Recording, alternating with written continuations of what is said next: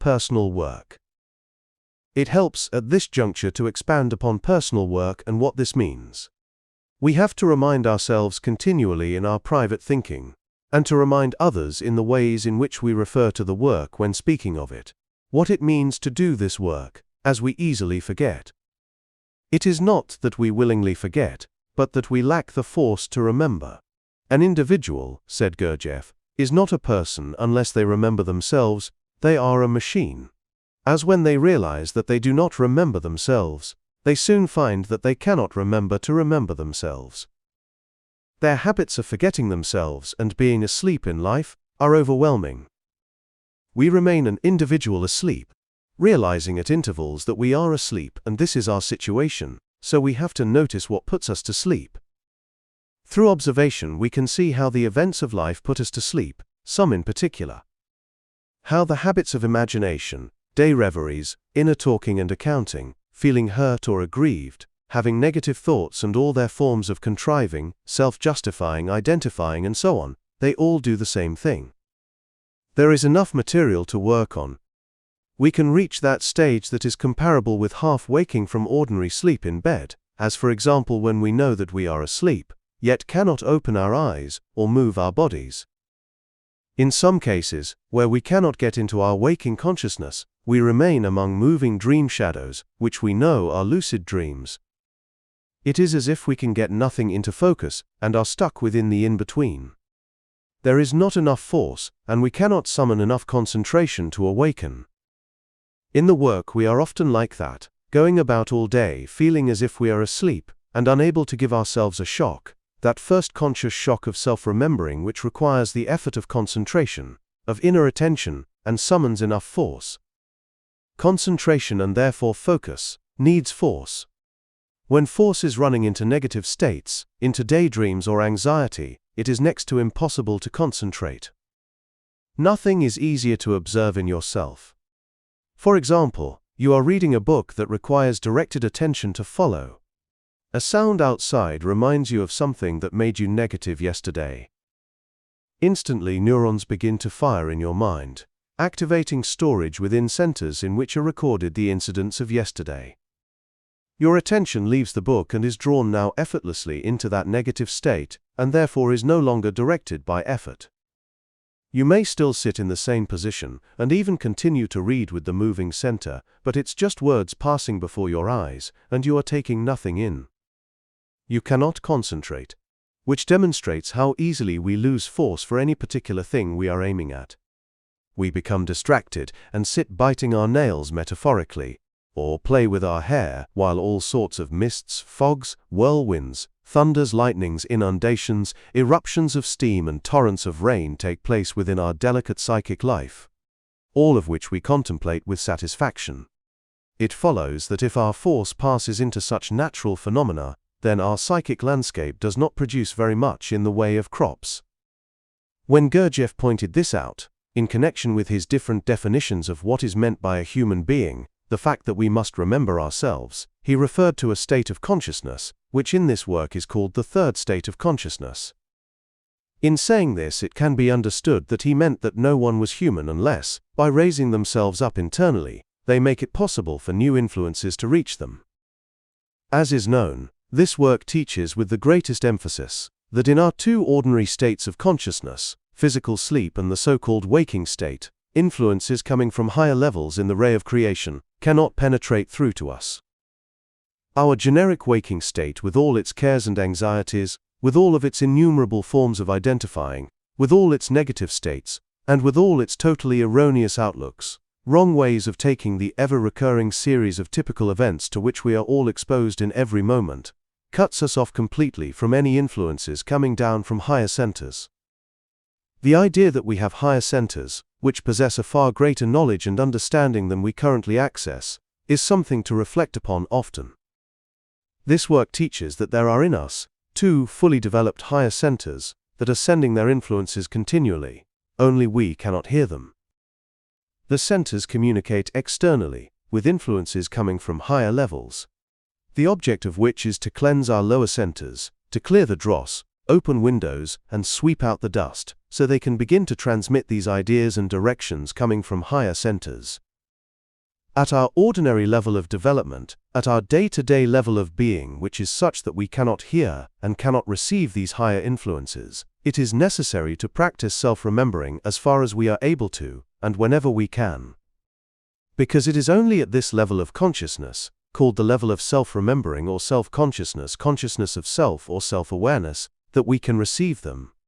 Which is why various schools of meditation and yoga emphasize daily practice. We begin by sensing them dimly, usually as new kinds of feelings, new kinds of emotions and thoughts, inspiration, flashes, or insights. It would be a grave mistake to think that our emotional center, such as it is now, is fully developed. Our emotional center as it exists within us is a very poor, inadequate, and even a dangerous instrument. Because it is governed largely by negative emotions, the tragedy of which is that with this impoverished center we imagine that we can love. And so we blunder about in life with this wretched instrument, not realizing that our apparatus is in a hopeless condition for the fulfillment of what we really desire. The result of which is that we become engulfed in a continued mass of perplexing half-thoughts, half-feelings, half-imaginings, disappointments and contrivances that make up our inner psychic life. The work says that we must lift ourselves out of this dark state through acts of self-remembering, but that requires force. It requires some power of concentration, of attention, and of focus. We will never have the power if we let our force run into inner chaos, a continued procession of mechanical associations, the stream of images, formless ambiguity and vague meandering that represents our inner state. The work says that we must at intervals gather ourselves up inside, and as it were stand on all this shifting mass, to feel our individual existence, remembering what it is that we are aiming at, why we have materially incarnate at this level. This requires force, but if we will allow our force to be deflected and distracted at every moment, through automatic associations, by random thoughts, by the shifting scene of external subjective life, then we shall never have the force to remember ourselves. This life stream of things will carry us along, swept in the current and tossed by the wind. In all self-remembering, an individual must remember the work and what it is about. We must remember, for example, that in the act of stopping all these mechanical streams in ourselves, we might elevate to other influences, far higher than we presently occupy. Unless we feel that the existence of higher centers is a possibility, we will not be able to do this. Unless we feel there is something beyond ourselves and the trivial morass of life, we will not be able to lift ourselves up. Then surrender to something above us. Naturally, if we remain adamant that we ourselves make our own thoughts, our own consciousness, our own physical life, if we ascribe everything to ourselves, then this act will be impossible. The reason being that we will not be able to concentrate force sufficiently, or to have enough power of internal attention, because we do not believe in what the work teaches, or its possible help. If we do not believe in a concept, then we have no force for it. If we do not believe in some dogma, then it is not important to us and therefore it has no value. We may give it lip service, but that is all. If we believe it worthwhile, however, then emotional evaluation will concentrate force for it. In the example given about reading a book and being distracted by a negative train of thought, the point is that if I value this book, and the knowledge it contains, then I will retain enough force not to identify with the train of negative emotion automatically initiated through association. It will become unimportant to me in view of the importance of something else. P.D. Ouspensky commented, "If you will make unimportant things important, how can you do this work?" One of his meanings was that if we identify with unimportant things, and so put a great deal of force into them, we will have no force for concentration and attention. Our force will continually be divided amongst 1001 menial activities instead. Everyone should make real effort to remember themselves once a day at the very least, and this cannot be done in the running stream of things. Multitasking is the death of focus and concentration, so nobody can remember themselves in the day-to-day inner and outer events of their routine.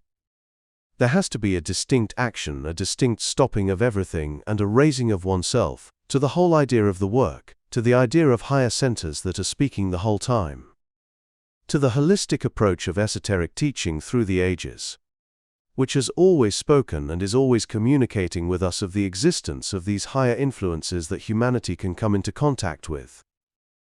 We have all been created to be exposed to higher influence, and in this regard have all missed the mark. In a literal meaning of the term, we have sinned, because the word sin in the Gospels means to miss the mark. The Gospels contain fragments that bear on esoteric teaching, and in this, recall that the work was defined by Gurdjieff as representing an esoteric side of Dharma. So conduct this work afresh each day.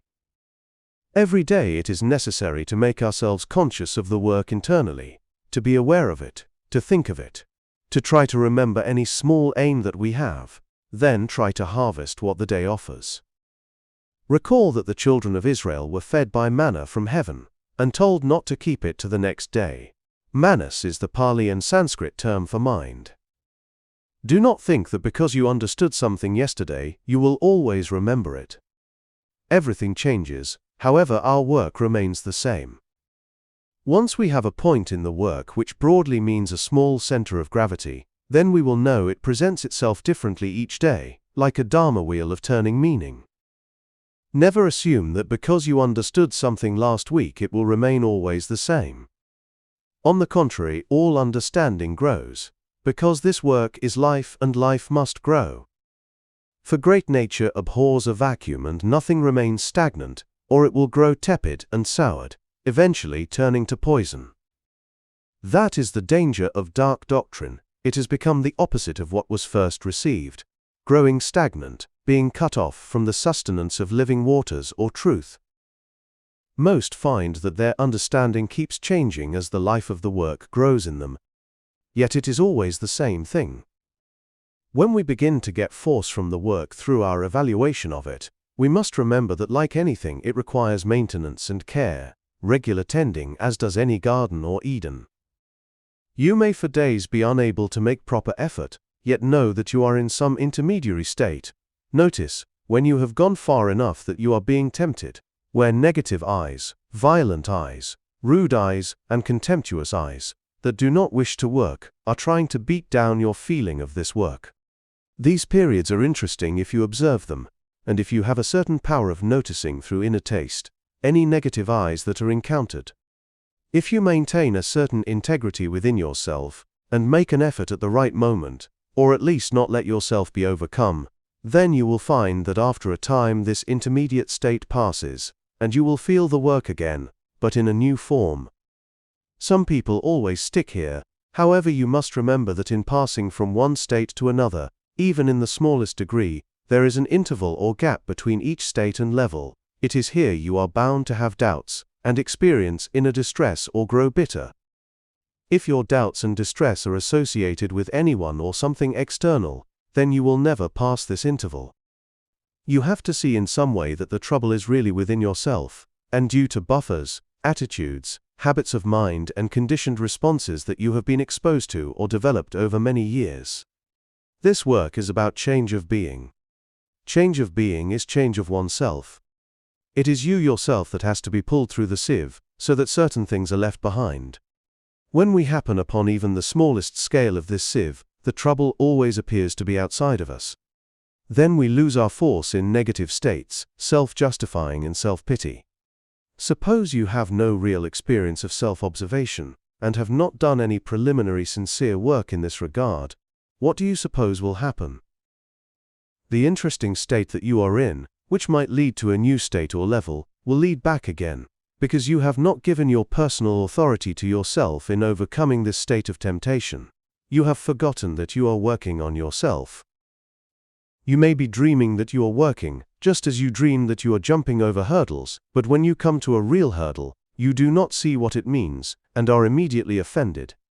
You instantly identify with everything in yourself, with all your negative eyes, and forget to give any authority to your work eyes. You do not see that you are up against a real situation, a real hurdle that can only be passed over by actual work on oneself, against eyes within you that are trying to hold you back. You are, so to speak, taking the situation from a life point of view, and not from a work point of view, in which case life is not your teacher, but your destroyer, Kali, who operates only through suffering. Life can only become your teacher when you take it from a work point of view,